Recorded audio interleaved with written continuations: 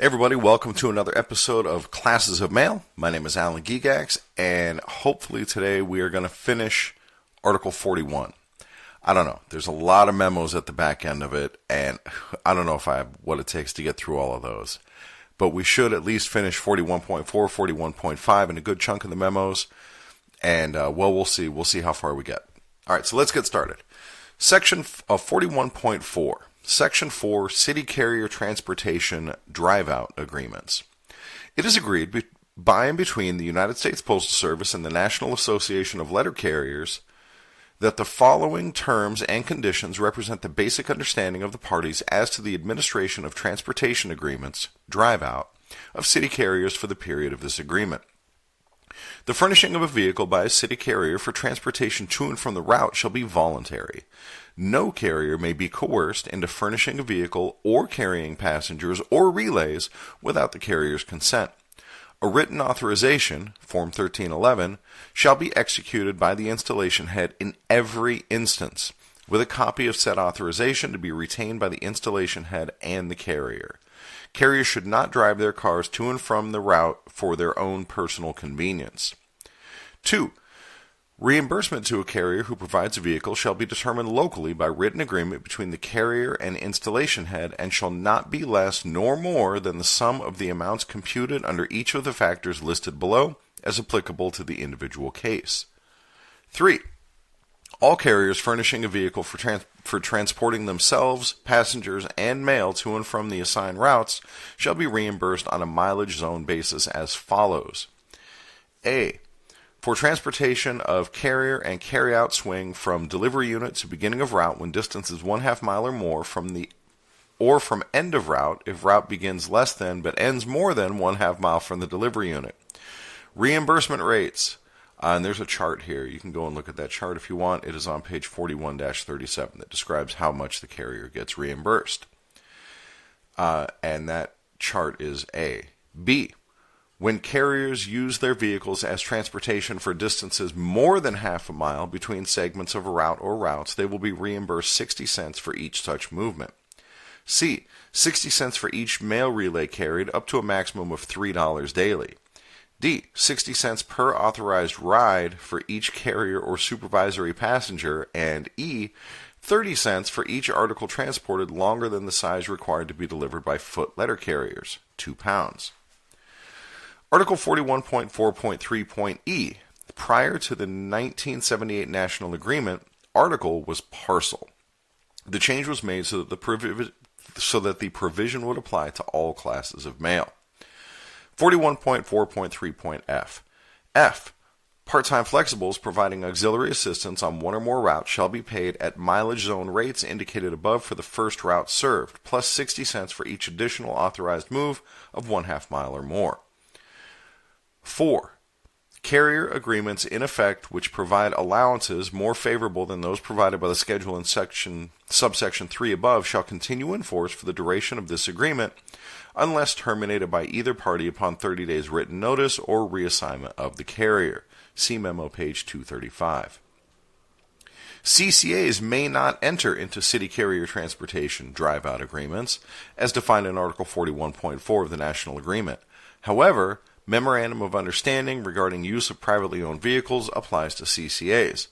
In circumstances where the postmaster or station manager determines that use of a personal vehicle is necessary for business purposes, a CCA may voluntarily elect to use his or her vehicle. Such agreement must be made through PS Form 8048, Commercial Emergency Vehicle Hire, with the daily rate for vehicle use mutually agreed to by the postmaster or station manager and the employee. The postmaster or station manager must then forward the completed form to the servicing vehicle maintenance facility manager.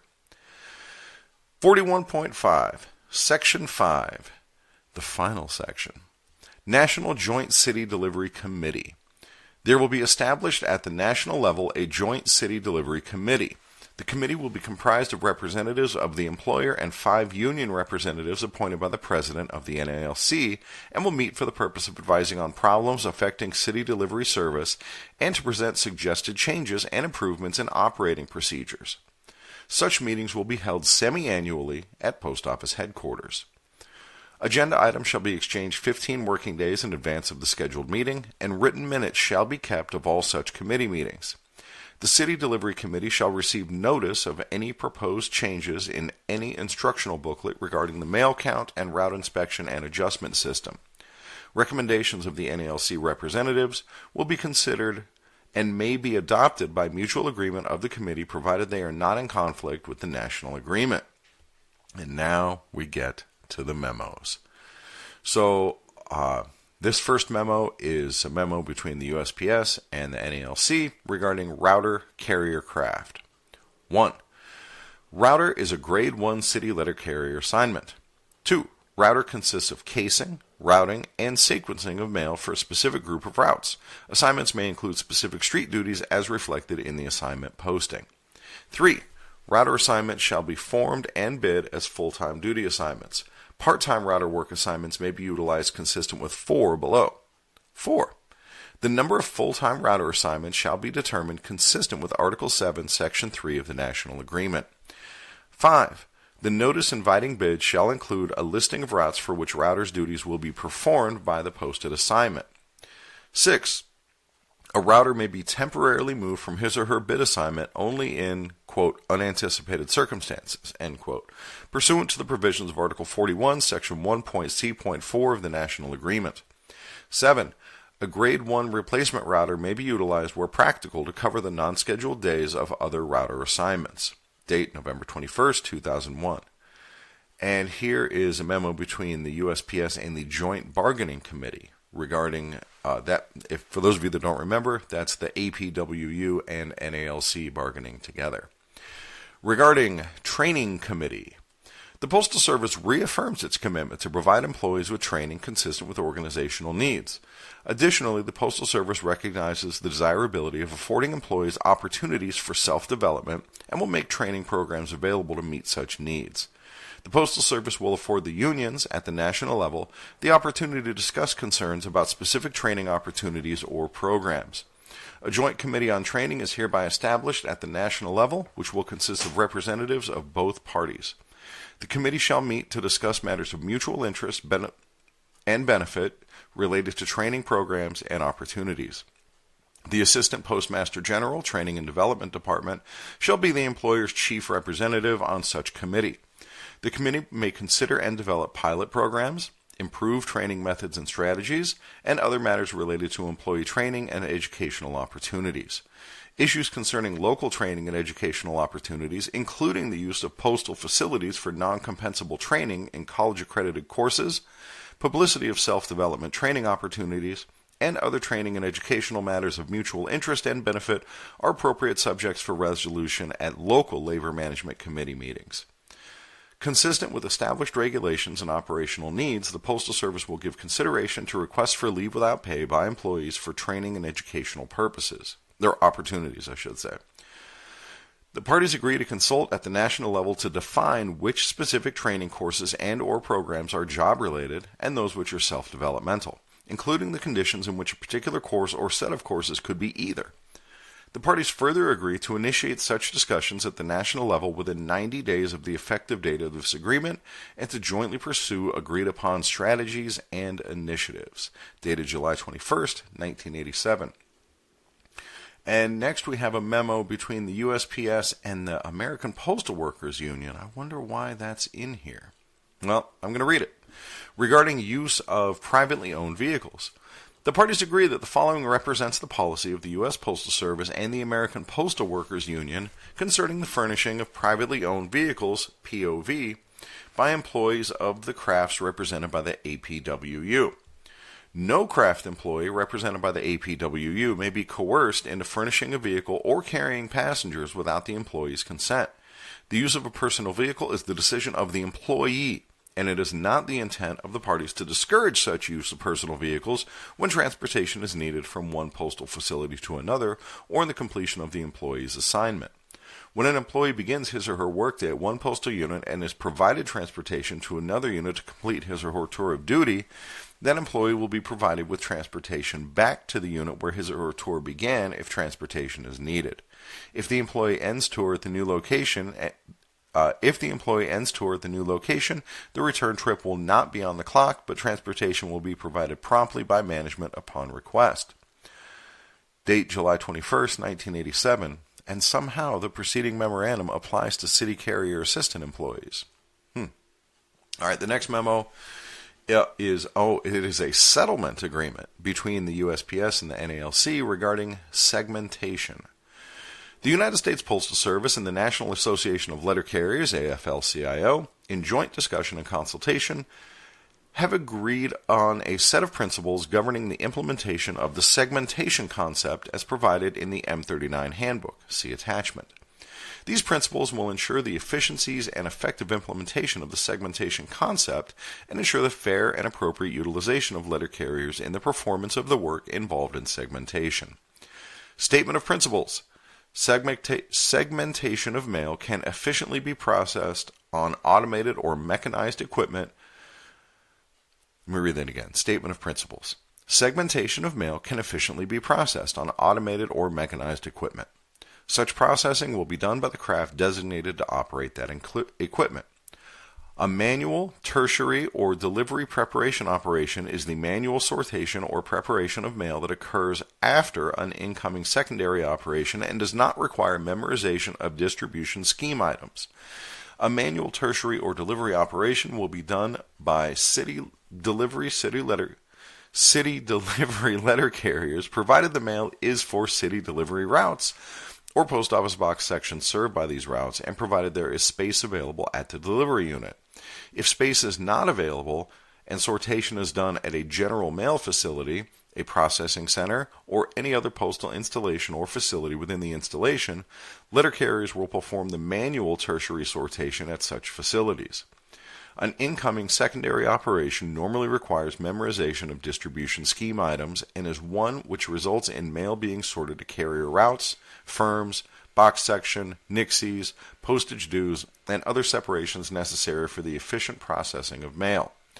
Routers can be used to perform the manual tertiary sortation of mail segmentation whenever that is operationally feasible. Tertiary sortation duties may also be combined with other forms of letter carrier work to create full-time assignments. Even though no arbitrary limitation is placed on the number of pieces in a segmentation, a limitation will in effect be imposed by whatever number of pieces is operationally effective and efficient for each operation in an installation. Standard manual distribution cases that are used in delivery units should be fully utilized for sorting mail to carrier routes, box sections, postage dues, etc. Segmentations should contain sufficient volumes that can be sorted and pulled down efficiently. For example, a single delivery point or zip plus 4 segment, block face, apartment building, etc., that averages 2 or 3 pieces a day should not normally take up space on the incoming manual secondary case. Exceptions can be holdouts such as nixies, postage dues, etc. that require special treatment regardless of volume. Segmentations are not necessarily static. Therefore, manual secondary cases should be reviewed periodically to ensure that all cells are properly utilized in the most effective and efficient manner possible, consistent with operational or service needs. Each installation will determine the type of equipment to be used in tertiary sortation. Performance on that equipment will be done in accordance with the principle of a fair day's work for a fair day's pay, which will normally be reflected in the general performance expectations for that equipment. The parties understand that the tertiary sortation referenced here is the result of the implementation of the segmentation concept, which is presently described in the changes to the M39 Handbook as presented to the NALC on August 15, 1985. Any tertiary sortation established prior to June 16, 1983 will remain in effect unless changed by the installation. Changes made after June 16, 1983, but prior to the implementation of this understanding, which are in conflict with this document, will be changed to conform. The employee involvement process will be utilized to develop recommendations for use by the installations affected by this agreement. The National Association of Letter Carriers, AFL-CIO, and the United States Postal Service acknowledge that this settlement agreement is not an admission of fault or liability on the part of either party to this agreement. The United States Postal Service and the National Association of Letter Carriers, AFL-CIO, also acknowledge that this agreement sets forth all the terms for settling pending grievance, and there's a grievance here, a grievance number.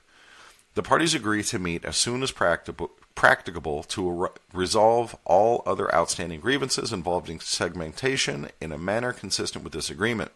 The United States Postal Service and the NALC agree that the terms of the settlement contained in this document may not be added to or subtracted from in any way. This settlement agreement is without prejudice to the positions of either party with respect to the interpretation or application of the national agreement in any future proceeding between the parties. The effective date of this agreement is March 9th, 1987. I'm going to interrupt myself here to say I do not know what tertiary sortation is. I wonder if like the parcel sorting machines that we have would be considered tertiary sortation, but I don't know. If you know, maybe look it up in the M39. All right. Anyway. Oh, maybe I should just keep reading, because next it says Management of Delivery Services, Handbook M39, Transmittal Letter 11, and it's 116.8, Segmentation of Mail. Point 81, Definition. Major characteristics of the ZIP+4 data file is the segment, or the smallest unit to which distribution can be made.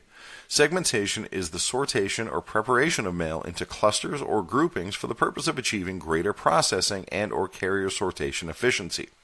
Using the ZIP+4 segment concept, segmentations may be prepared by customers or contract personnel prior to entry or in postal operations prior to dispatch or receipt by the carrier.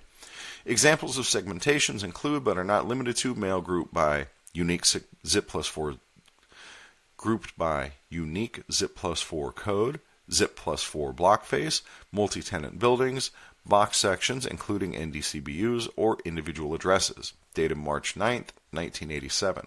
Okay, so segmentation is something that predates DPS, where mail was sorted down to the ZIP+4 level. All right, and now we know. And I can't imagine how that is possibly still relevant, but there it is in the contract. Next, Memorandum for Postmasters, City Delivery Offices, Local Presidents, National Association of Letter Carriers, AFL-CIO. Subject, Joint Agreements. The NALC and USPS recognize that our continued existence as a viable organization is heavily dependent upon our ability to meet our customers' needs while empowering employees to levels not previously envisioned.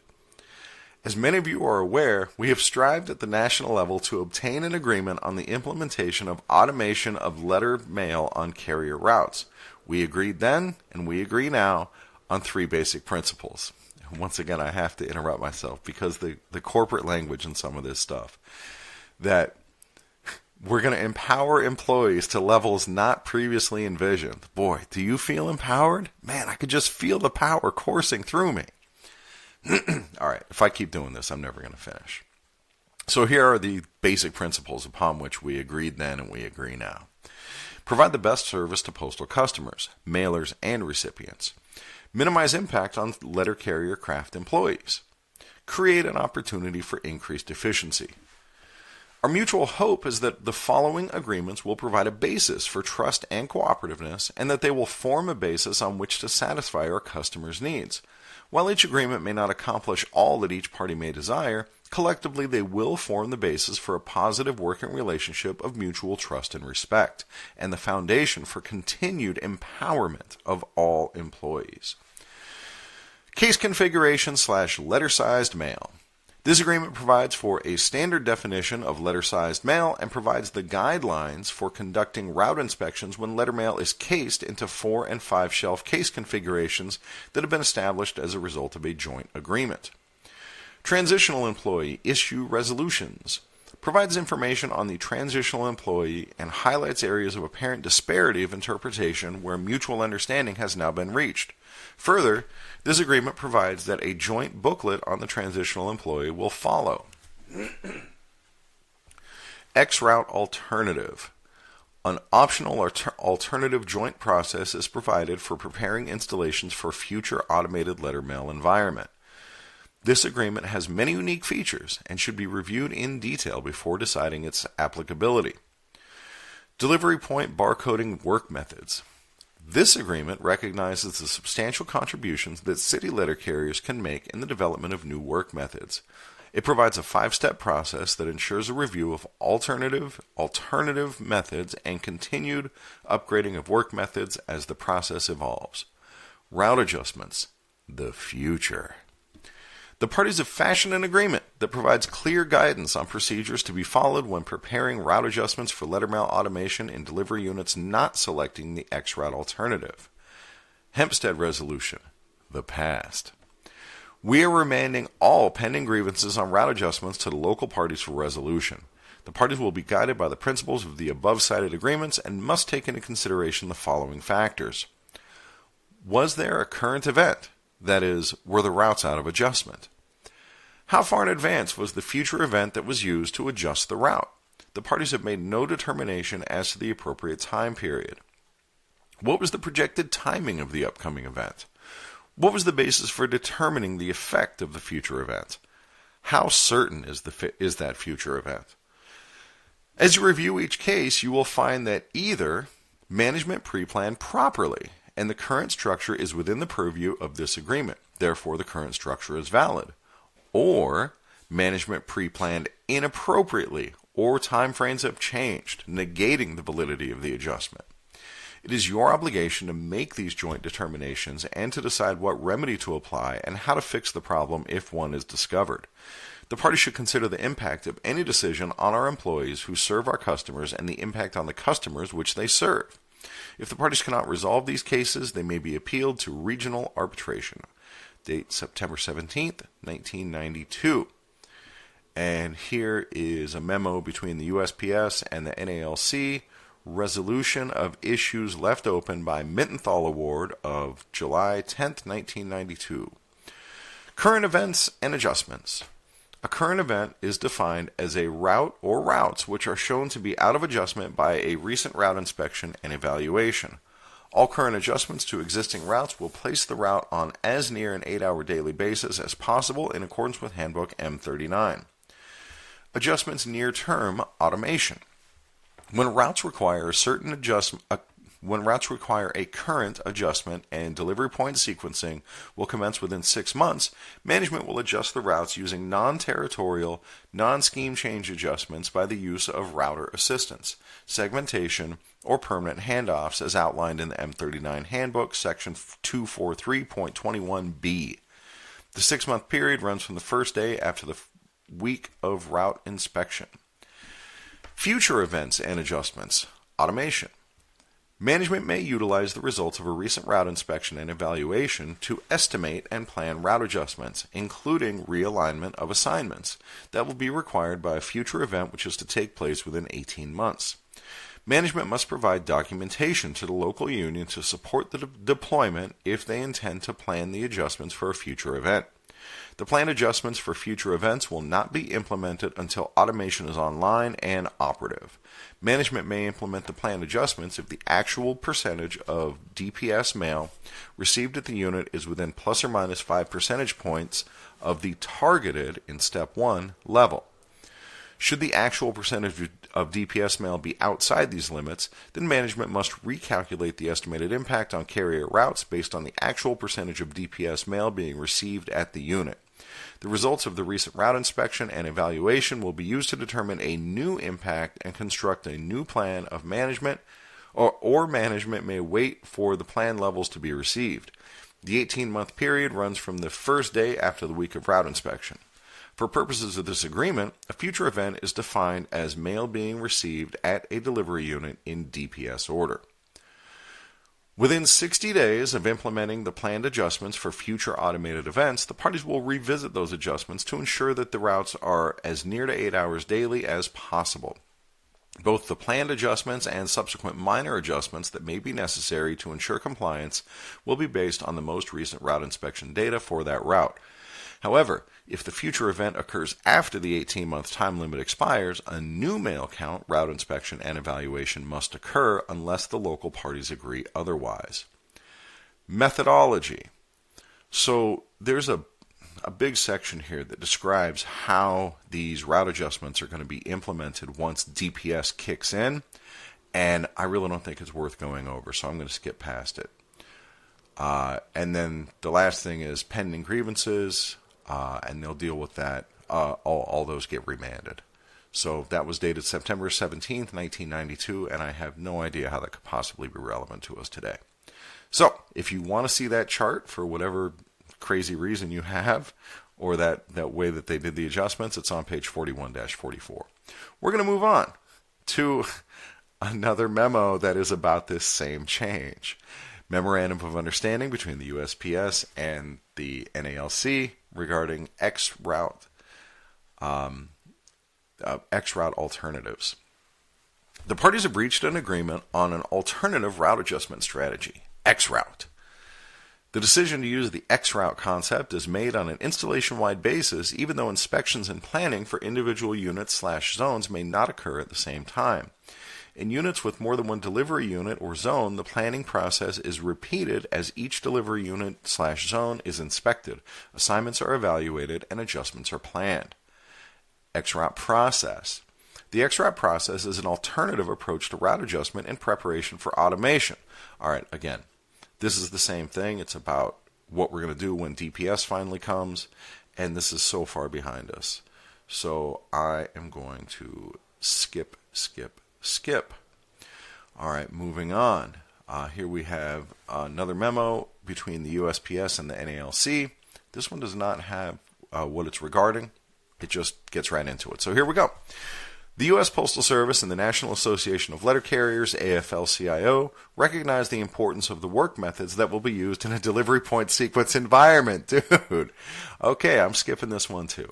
If for some reason you have a real boner for learning about how DPS was implemented, it looks like hopefully it wraps up on page 41-48. Okay, so maybe, well, this memo is at least short. All right, the next one is, again, just another memo between the USPS and the NALC, and it is not titled. For the purpose of conducting mail counts and route inspections on traditional casing equipment, letter size is defined as mail that can be cased into the letter separations of a standard 6-shelf case without folding or bending, approximately 6 inches in height. Letter size does not include newspapers, rolls, small parcels, flats, magazines, or catalogs under 2 pounds, even though these items may be cased into the letter separations of a standard case without folding or bending. When mail counts and route inspections are conducted in a unit where letter mail is cased into 4- and 5-shelf case configurations that have been established as a result of any joint agreement, the existing definition of letter size mail will not change. The 18 and 8 standards remain applicable. Under these conditions, local management will meet with the local union prior to the dry run training to determine an efficient means to verify mail of questionable size during the week of count and inspection, e.g. a measuring strip on each case or use of a template as a reference point.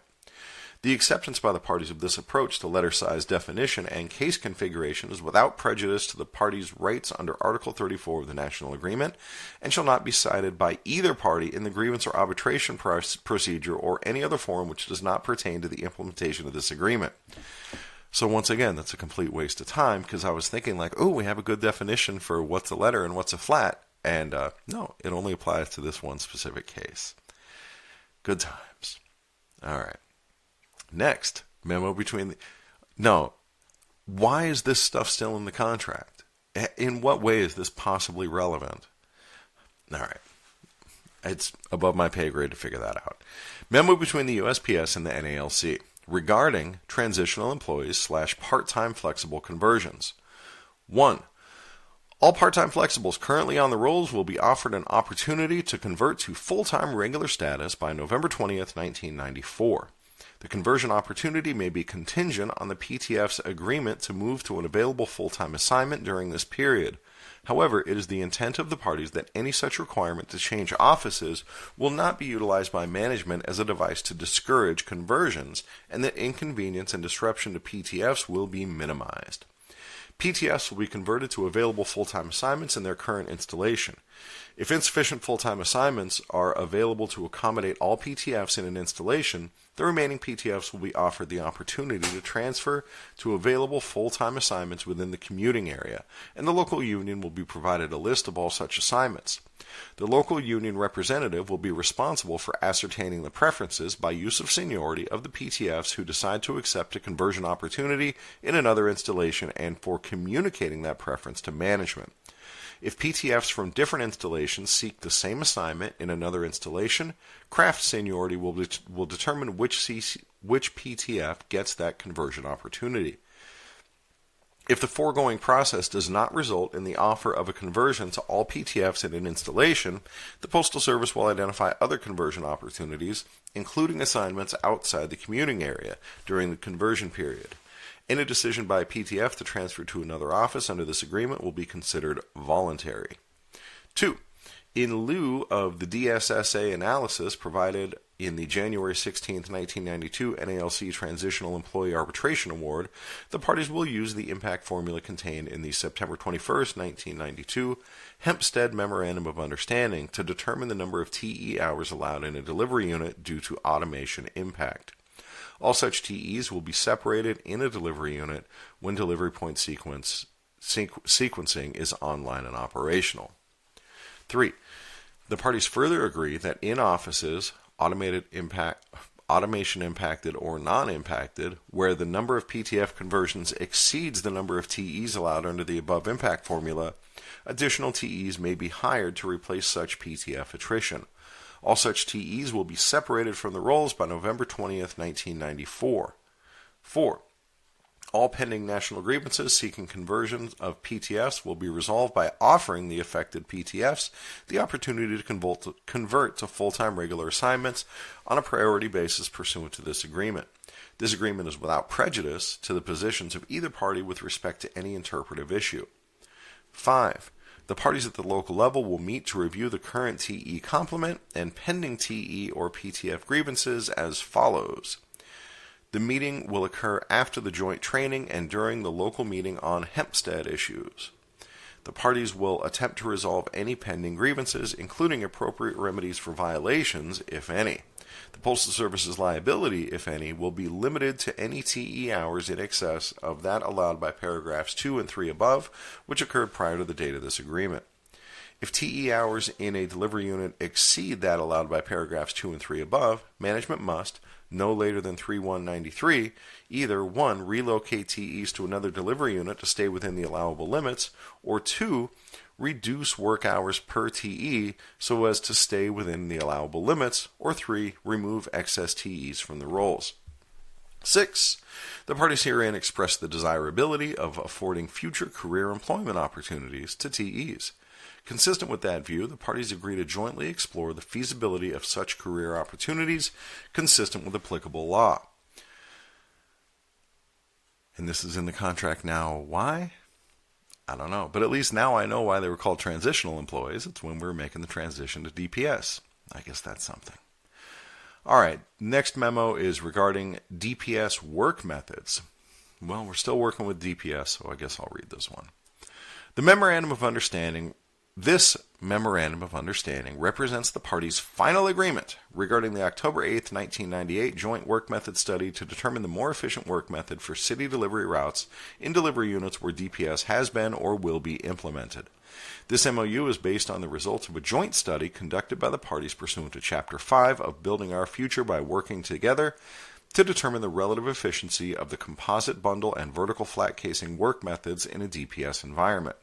Further, any interim or local agreements for handling the fourth bundle on park and loop and foot routes will continue until conversion to the DPS vertical flat casing work method.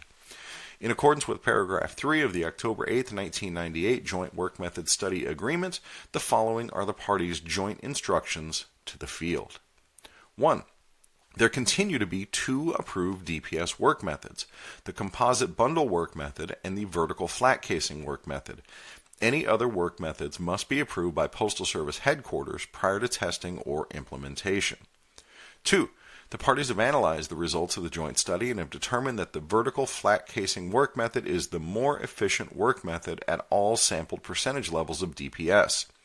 Management may convert those routes that have vertical flat cases and are currently using the composite bundle work method to the vertical flat casing DPS work method. 3. On curbline routes and business routes where DPS is planned but not implemented, management will determine the most efficient DPS work method. All other routes not yet converted to DPS which have vertical flat cases will use the vertical flat casing DPS work method. 4. On those routes where DPS is not currently planned, but where DPS is implemented in the future, management will determine the DPS work method. 5. City letter carriers on a park and loop or foot route will not be required to carry more than 3 bundles. Hey, there's something useful. Date, March 21, 2000. And here we have another memo. This one has no regarding. It just starts right up. It is hereby agreed by the U.S. Postal Service and the NALC that the following represents the parties' agreement with regard to implementation of the upgrade issue emanating from the September 19, 1999 Fleischle Award. Our agreement regarding case configuration when using the vertical flat casing work method, and additional provisions relative to the 1998 National Agreement. 1. Effective November 18, 2000, all city letter carriers grade 5 will be upgraded, and the pay differential of grade 6 carrier technicians shall be maintained in accordance with the procedures set forth in the attached Memorandum of Understanding. 2. The provisions of Article 35, Section 2 concerning the National Joint EAP Committee will be renewed for the remainder of the term of the 1998 National Agreement. 3.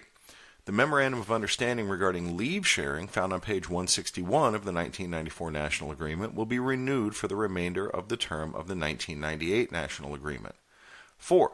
The Memorandum of Understanding regarding sick leave for dependent care, found on page 162 of the 1994 National Agreement, will be renewed for the remainder of the term of the 1998 National Agreement. 5.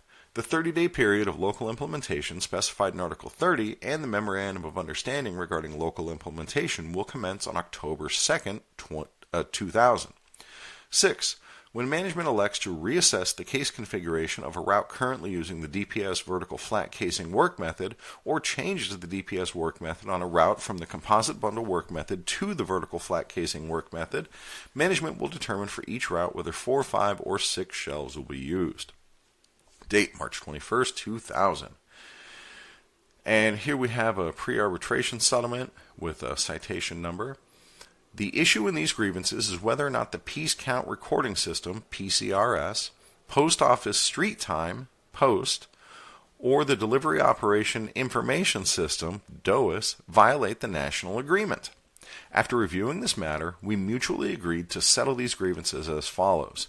Daily piece counts, PCRS, recorded in accordance with the above referenced systems, POST or DOIS, will not constitute the sole basis for discipline. However, daily counts recorded in accordance with these procedures may be used by the parties in conjunction with other management records and procedures to support or refute any performance-related discipline.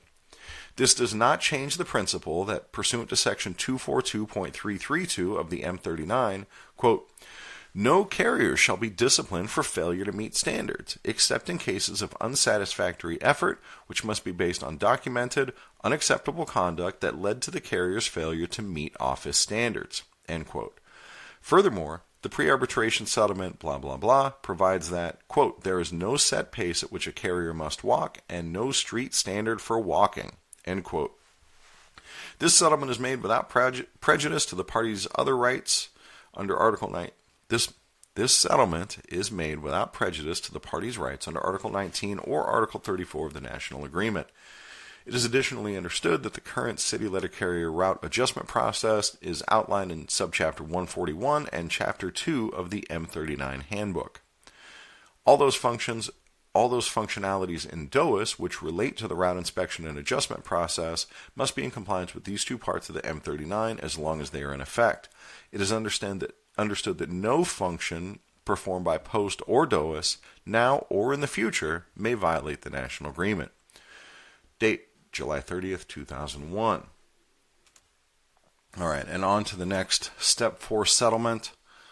There's a citation here for what it is, but this one is about managed service points, and we don't have those anymore. Those are no longer,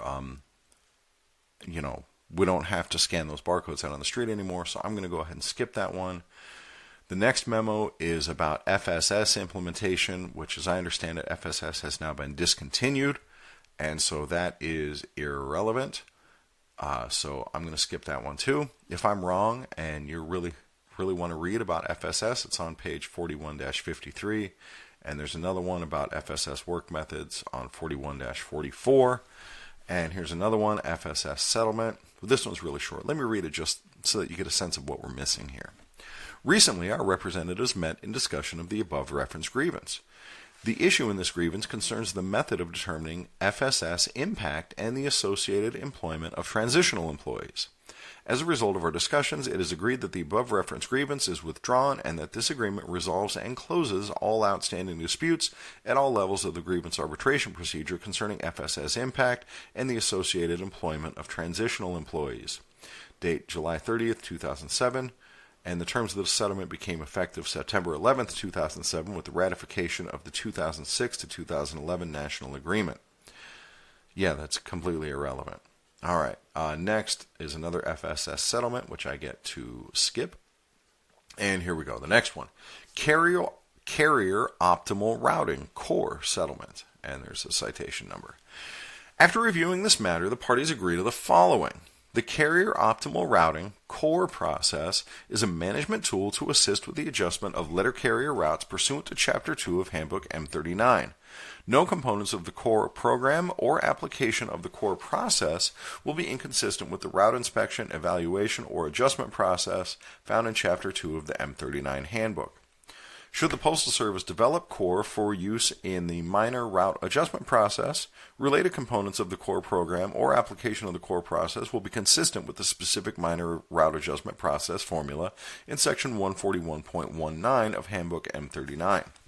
Local parties have established, by mutual agreement, an alternate route adjustment method may also use applications of core consistent with their alternate route adjustment process. To facilitate the practical application of this understanding, when transferring territory, the back of the PS Form 1840 will indicate by sector segment any change in street credit from the actual street time used in sector segment on PS Form 3999, including all relay, travel, allied time, etc. Any such adjustment to the carrier's actual street time must be documented and explained by appropriate comments on the reverse of PS Form 1840. Additionally, any time adjustment to the base street time, which must be selected pursuant to M39 Section 242.321, will be documented and explained under the comments section on the reverse of PS Form 1840. Travel to, travel from, and travel within times must be validated, documented, and discussed during carrier consultation. The actual time should be taken from the inspection PS Form 3999, unless a new pattern is created during the route adjustment process. If a new travel pattern has been created, the new times must be validated. Notwithstanding any disputes regarding documentation and or justification for time adjustments made, the intent of the previous paragraph is for the letter carrier to be made aware of any proposed time adjustments to the carrier's base street time and or to the street time of the territory being transferred. Time adjustments for territory being transferred will be by sector segment, including all relay, allied, parcels, accountables, etc. Any time adjustments to a carrier's base street time must comply with the M39, Section 242.345 through 242.347. Any grievance held pending a decision on this case will be resolved consistent with the principles of this agreement, dated July 30th, 2007. Next, we have S999 mail settlement, and there's a citation number here. The issue in this case is whether S999 mail, hold mail, caller mail, change of address mail, non-delivery day mail, processed on delivery point sequence automation equipment must receive piece credit on Section 1 of PS Form 1838C or actual time recorded on line 21 of 1838C during route count and inspection. The parties discussed how to record S999 mail, multi-point mail, 9-digit mail that is not finalized in DPS order, and mail that is brought back from the street in the afternoon during a count and inspection. The parties agree that if this mail is cased in the carrier case, it will be recorded on PS Form 1838C Sections 1 or 2 as applicable. Any of this mail that is not cased in the carrier case will be handled and recorded on line 21. Date July 30th, 2007. And then the next one is the third bundle settlement, which we are going to hold off until next time. So there's still, 10 more pages of memorandums that we have to get through. So we're going to hold that for next time, and then I'll probably finish out, I don't know. that's a decision for next time. All right, so thanks for listening, and I'll catch you then.